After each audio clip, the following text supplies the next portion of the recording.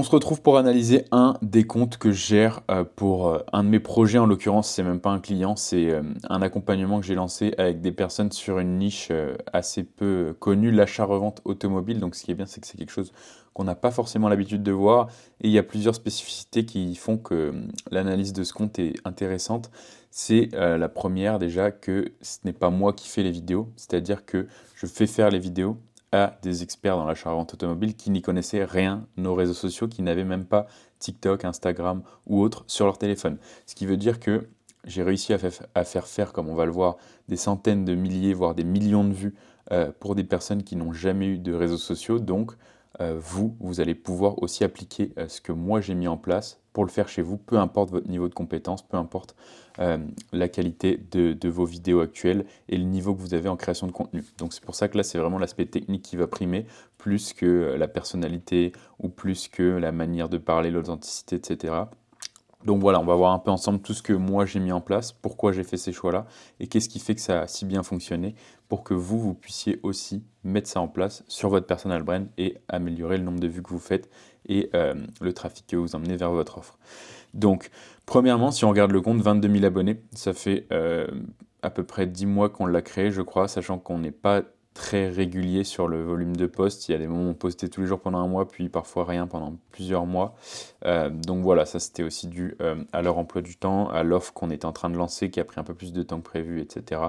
Donc voilà, mais il n'y a pas eu énormément de publications et pourtant on a fait quand même pas mal de vues. Si on trie déjà par populaire, on va voir, il y a une vidéo ici à 1,8 million de vues, 900 000 vues, 500 000 vues, 400 000 vues, 300, 500, 800, 300, 600, 240, 139, 125.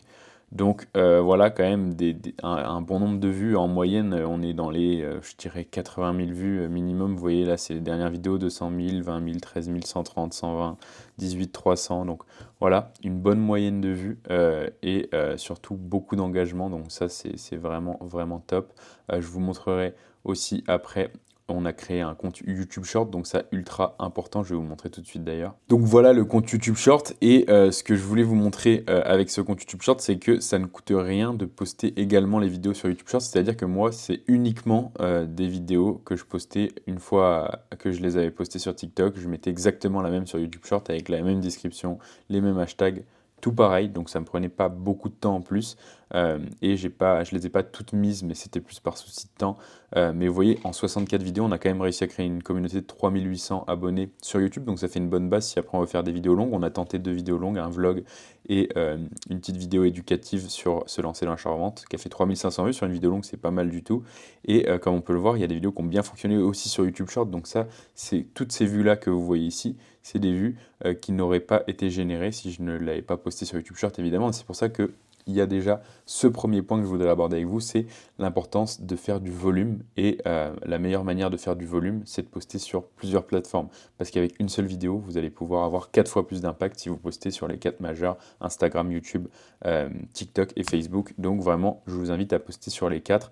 Il y a des applications qui vous permettent en plus d'automatiser ça. Moi, c'est vrai que j'en utilisais pas, mais maintenant, il y en a plein. Et ça peut vraiment faire la différence déjà d'être sur 4 plateformes différentes. Vous aurez 4 fois plus de potentiel en fait. Parce que par exemple, il y a des vidéos qui ne fonctionnaient pas ultra bien sur TikTok et qui ont fait 200 000 vues ici. Et vice-versa, d'autres qui ont fait 1 million de vues et qui ici ont fait moins de vues. Et parfois, vous voyez, celle-ci, elle a fait 88 000 vues et elle a fait 1 million sur TikTok. Donc ça fonctionne bien sur les deux plateformes. Mais voilà, tout ça, c'est des vues. Donc potentiellement plus d'1 million de vues, hein, plusieurs centaines de milliers de vues que je n'aurais pas fait si j'avais pas juste créé ce compte YouTube Short et posté. Donc ultra important de bien vous diversifier dans votre plateforme. Et si un jour le compte TikTok venait à être banni, je serais bien content d'avoir en plus cette chaîne-là toujours. Donc voilà pour le volume et le cross-platform. Maintenant, on se retrouve sur le compte TikTok et deuxième chose fondamentale, l'identité. Donc vous voyez ici, nous, vu que c'était 2 personnes, j'ai mis un logo. Alors, je suis pas fan de mettre un logo d'habitude, mais ici, je trouve que ça s'y prêtait bien parce que c'est un business assez ancien. Il faut aussi comprendre quels sont vos spectateurs, quel est votre avatar client.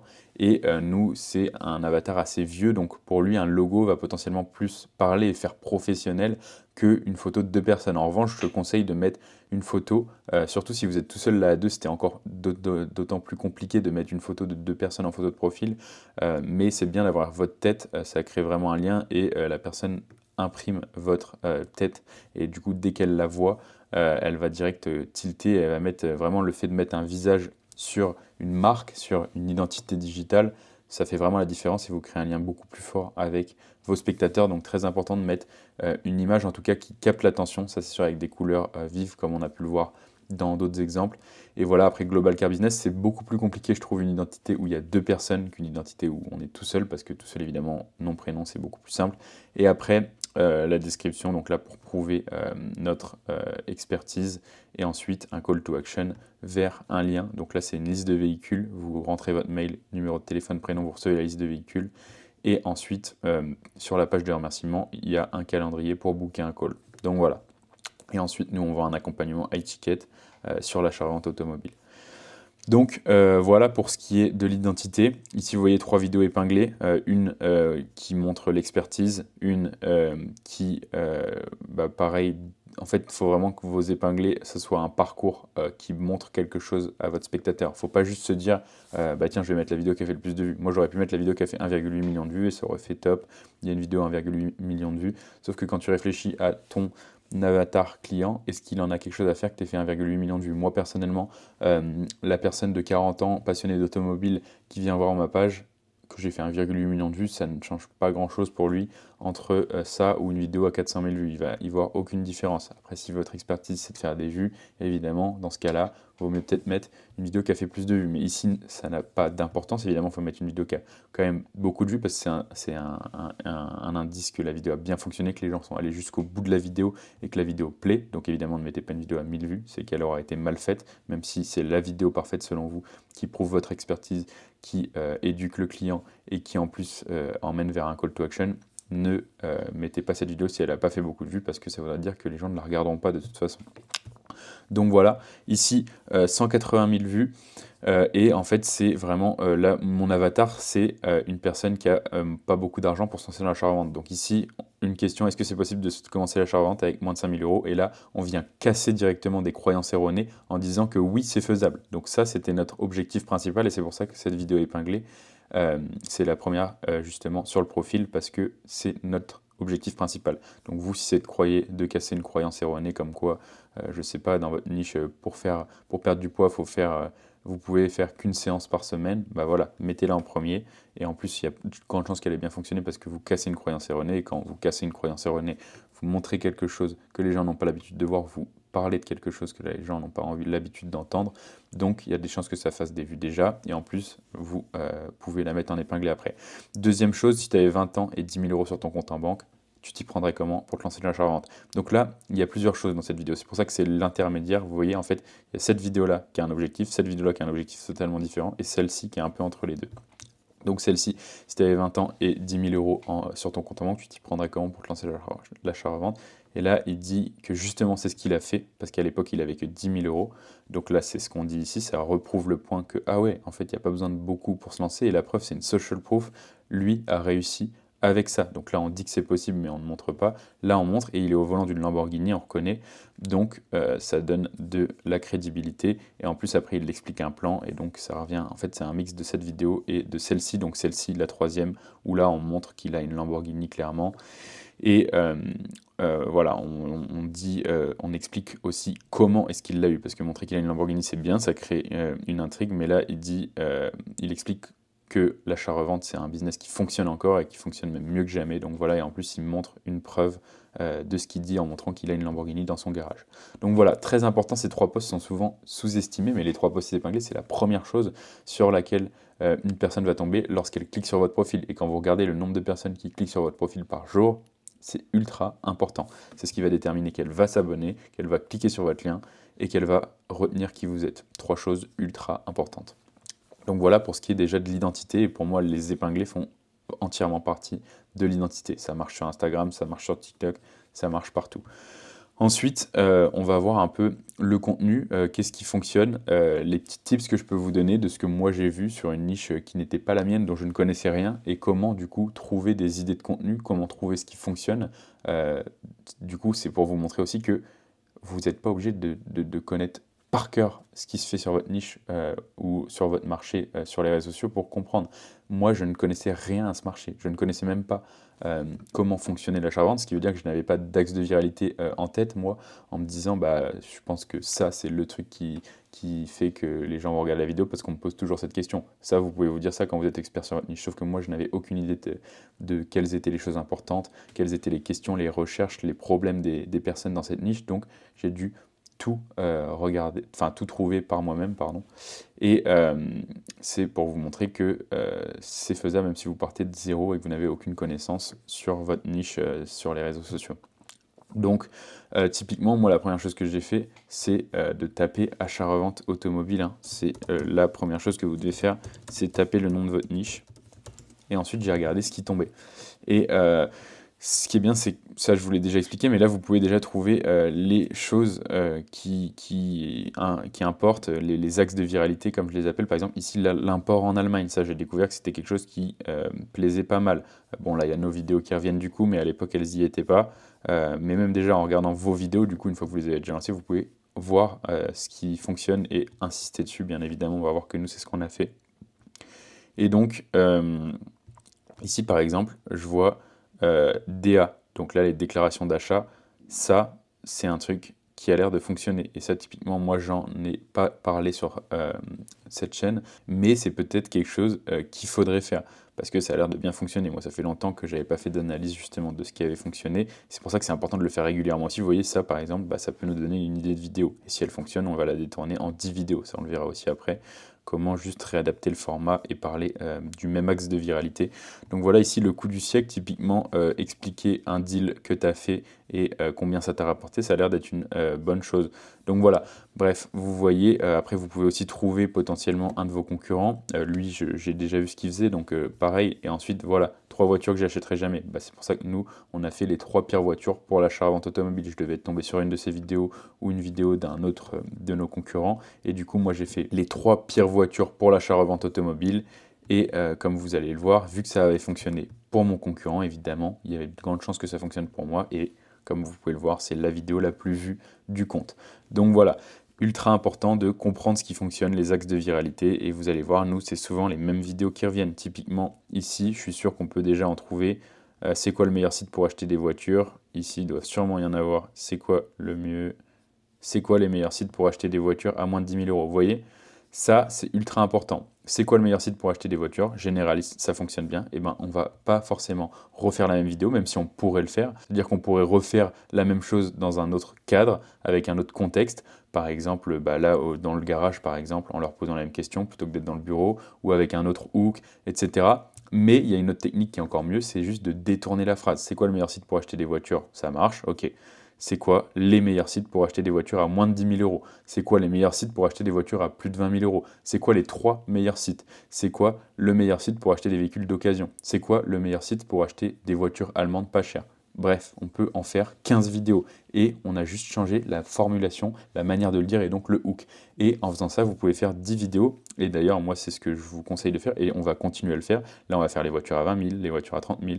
On peut tout faire en fait. Et après, vous pouvez juste changer le packaging. Par exemple, ici, on a juste changé la vidéo. Donc voilà, ici, typiquement, c'est quoi les véhicules à éviter pour l'achat-revente? 300 000 vues, et vous voyez, en fait, c'est la même vidéo que c'est quoi les 3 pires voitures pour l'achat-revente. C'est juste la formulation qui a changé, et ça, c'est ultra important. Comprenez vos concepts qui fonctionnent, comprenez pourquoi ils fonctionnent, et changez juste la formulation. Et vraiment, d'une vidéo qui a fonctionné, vous pouvez en faire 10 avec des angles un tout petit peu différents. Ensuite, une deuxième chose que j'ai abordée précédemment, c'est le volume de vidéos. Nous, on pouvait faire beaucoup de vidéos en très peu de temps. Il faut savoir que ces personnes-là, moi j'étais amené à les voir qu'une fois toutes les 2 semaines. C'est vraiment peu, vous allez vous dire. Et en une fois, on se voyait en plus 2 ou 3 heures. En 2 ou 3 heures, on avait le temps de faire 40 à 50 vidéos parfois.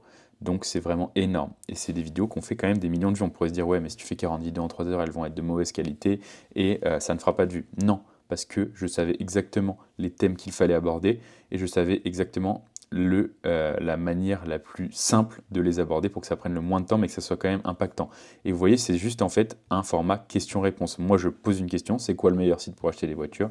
Et eux répondent. Et on a vu que ça fonctionnait bien, donc on a insisté, on n'a pas tenté de nouveaux formats, on a toujours fait la même chose. C'est quoi les meilleurs sites? Juste on a changé le décor pour créer quelque chose de différent. Là, on l'a fait à la fin, mais pendant longtemps, on a fait toujours dans le même cadre, parfois au volant d'une voiture, mais souvent derrière le bureau, ici derrière le bureau, là dans le garage, enfin bref.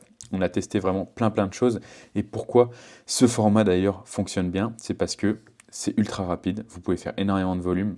C'est un format où vous avez juste besoin de poser une question, allumer la caméra et laisser la personne répondre. Et d'ailleurs, vous pouvez faire du coup énormément de volume et c'est ça qui est vraiment bien avec ce genre de format. Essayer de trouver des formats un peu plus longs qui prennent du temps à faire, mais d'avoir aussi un format ultra rapide, comme ça vous pouvez alterner. Ça vous permet d'être toujours régulier, d'avoir un bon volume de posts sans y passer forcément 3 heures par vidéo.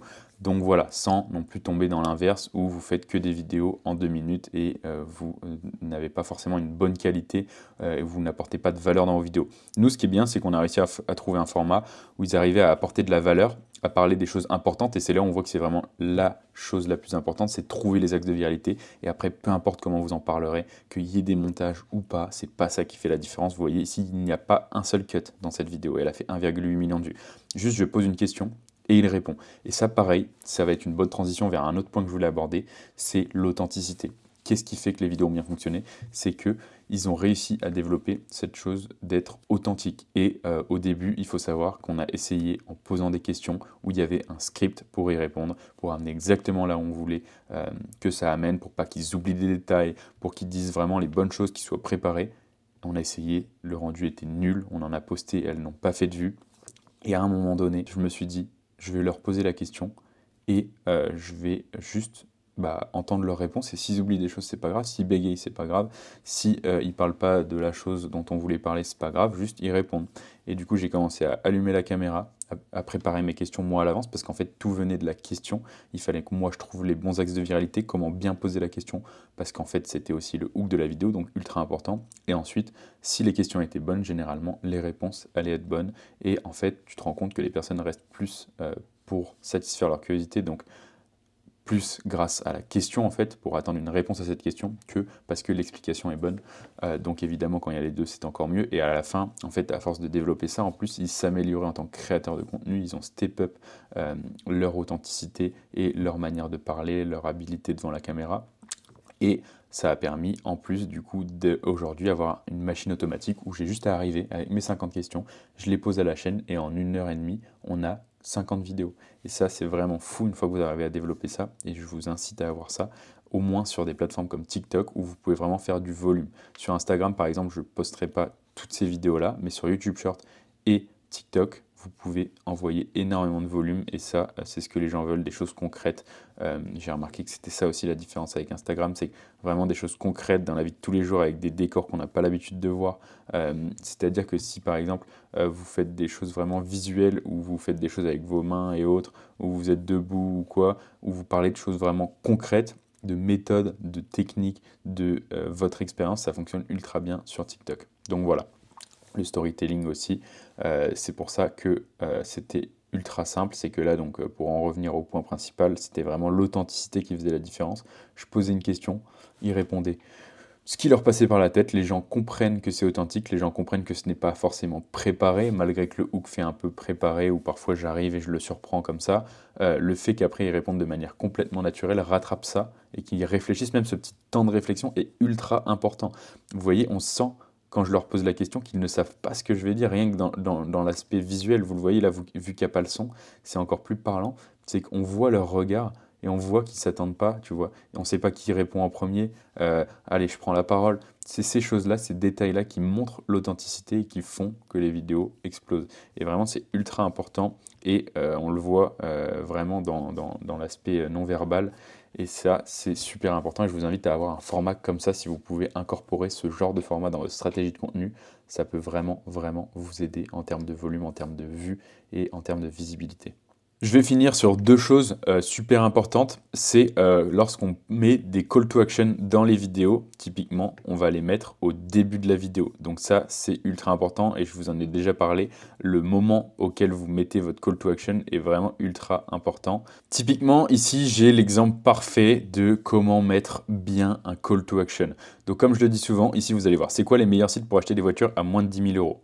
Donc là, pour acheter des voitures à moins de 10 000 euros, à mes yeux, il y a 4 sites. Donc là, on va s'arrêter à ce moment-là. Déjà, quand il dit ça, vous avez l'amorce de la vidéo. Donc là, il y a le hook, c'est ma question. Lui structure la vidéo et annonce qu'il va donner 4 sites. Donc là, il crée un intérêt à rester, ce que j'appelle un intérêt à rester. Donc ça, c'est ultra important. Et le but, ça va être qu'il y ait votre hook, l'intérêt à rester, puis le call to action. Et ensuite, vous déballez vos 4 points, vos 3 points, vos 2 points selon la structure de votre vidéo.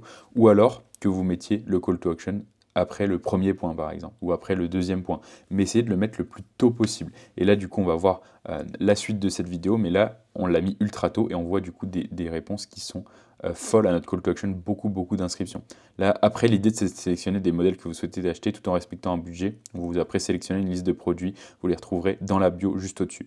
Aujourd'hui, il y a 4 sites. Et là, il reprend et il donne les 4 sites. Donc, vous voyez, là, il y a du coup, je pense, sur ces 800 000 personnes, peut-être 60% qui ont vu notre call to action. Alors que si on l'avait mis à la fin de la vidéo, après qu'il ait donné les 4 sites, il y en aurait eu 2, 3, 4%. Donc, c'est ultra important de mettre le call to action le plus tôt possible pour que beaucoup de personnes le voient. Et du coup, en plus, les personnes savent qu'il y a une liste. Et si après, ils sont convaincus par ce qu'il va dire, par les 4 sites par exemple, eh ben, ils vont aller chercher la liste dans la bio. Et je vous le dis, sur cette vidéo-là, on a eu plusieurs centaines d'inscrits sur notre liste. Et tout ça grâce au call to action qui était positionné en début de vidéo et à un moment stratégique, juste après avoir créé une raison de regarder la vidéo. Et ça, c'est primordial. Maintenant, je vais vous montrer une dernière chose que je voulais vous montrer, c'est comment adapter un concept qui fonctionne dans une autre niche à votre niche. Et pour ça, on va prendre l'exemple de cette vidéo que j'ai postée, la dernière que j'ai postée, qui a fait 245 000 vues. Donc un nouveau concept totalement différent de ce qu'on avait l'habitude de faire, où là, on met les voitures en haut, et je dis juste le nom de la voiture, et lui répond une note sur 10 et une petite remarque. Donc ça, c'est un nouveau concept auquel j'ai pensé. Vous voyez, il a très bien fonctionné pour un premier épisode, 245 000 vues, et je vais vous montrer exactement où j'ai trouvé ce concept. On se retrouve sur YouTube, et non, je n'ai pas inventé ce concept, je l'ai juste repris à l'UFC, une organisation d'MMA, donc comme quoi, pas forcément besoin qu'il y ait un rapport entre vos niches, mais oui, spoiler, la plupart des créateurs n'inventent pas leurs concepts, ils les adaptent juste à leur niche, et ils les trouvent ailleurs. Typiquement, vous pouvez prendre une niche qui est vraiment opposée, comme je le dis, vous trouvez les axes de viralité de votre niche, et ensuite vous prenez des concepts dans d'autres niches, et vous les adaptez à votre niche et à vos axes de viralité. Typiquement, ici, je suis tombé sur cette vidéo un jour, étant fan de MMA, de Alex Pereira, donc un combattant, qui note les combattants de sa catégorie avec une note. Et donc, j'ai trouvé le format ultra bien, ultra viral. Et du coup, je me suis dit, comment est-ce que moi, je peux l'adapter à ma niche? Et donc, j'ai pris un axe de viralité, les meilleurs véhicules. Et après, je me suis dit, juste à lui demander, à lui dire le nom du véhicule, exactement comme il le fait l'intervieweur, et lui donne une note et ajoute une petite remarque. Et regardez la vidéo. 9. Quem verdade a galera 5. 9 também. Bref, la vidéo dure 40 secondes et il note juste les combattants. Et on a envie de rester parce qu'on a envie de voir qui est le prochain. Et dès qu'on voit le prochain, on a envie de voir la note qu'il va donner.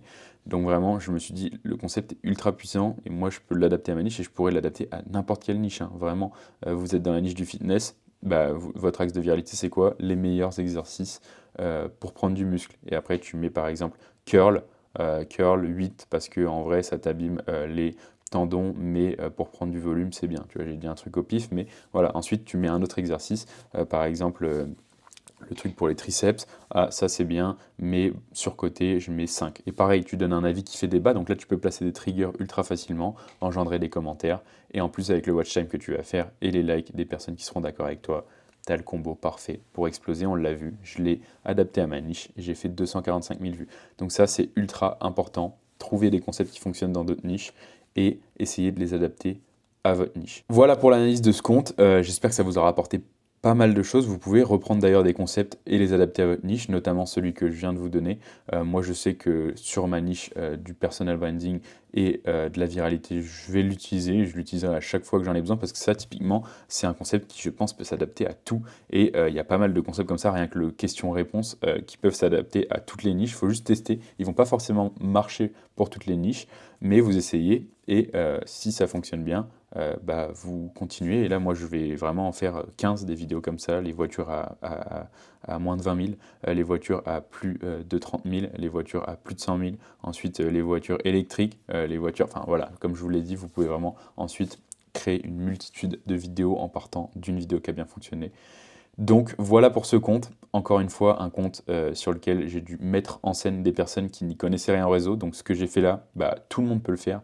Et vraiment, je vais vous faire comprendre que faire des vues, c'est pas une question de personnalité, c'est pas une question d'être un expert sur les réseaux sociaux, c'est juste une question de comprendre ce qui fonctionne et de comprendre ce que les gens ont envie de voir dans votre niche et d'adapter ce qui fonctionne ailleurs à votre niche et à vos axes de viralité. Donc voilà, j'espère que ça vous aura aidé et je vous souhaite bonne chance dans votre création de contenu.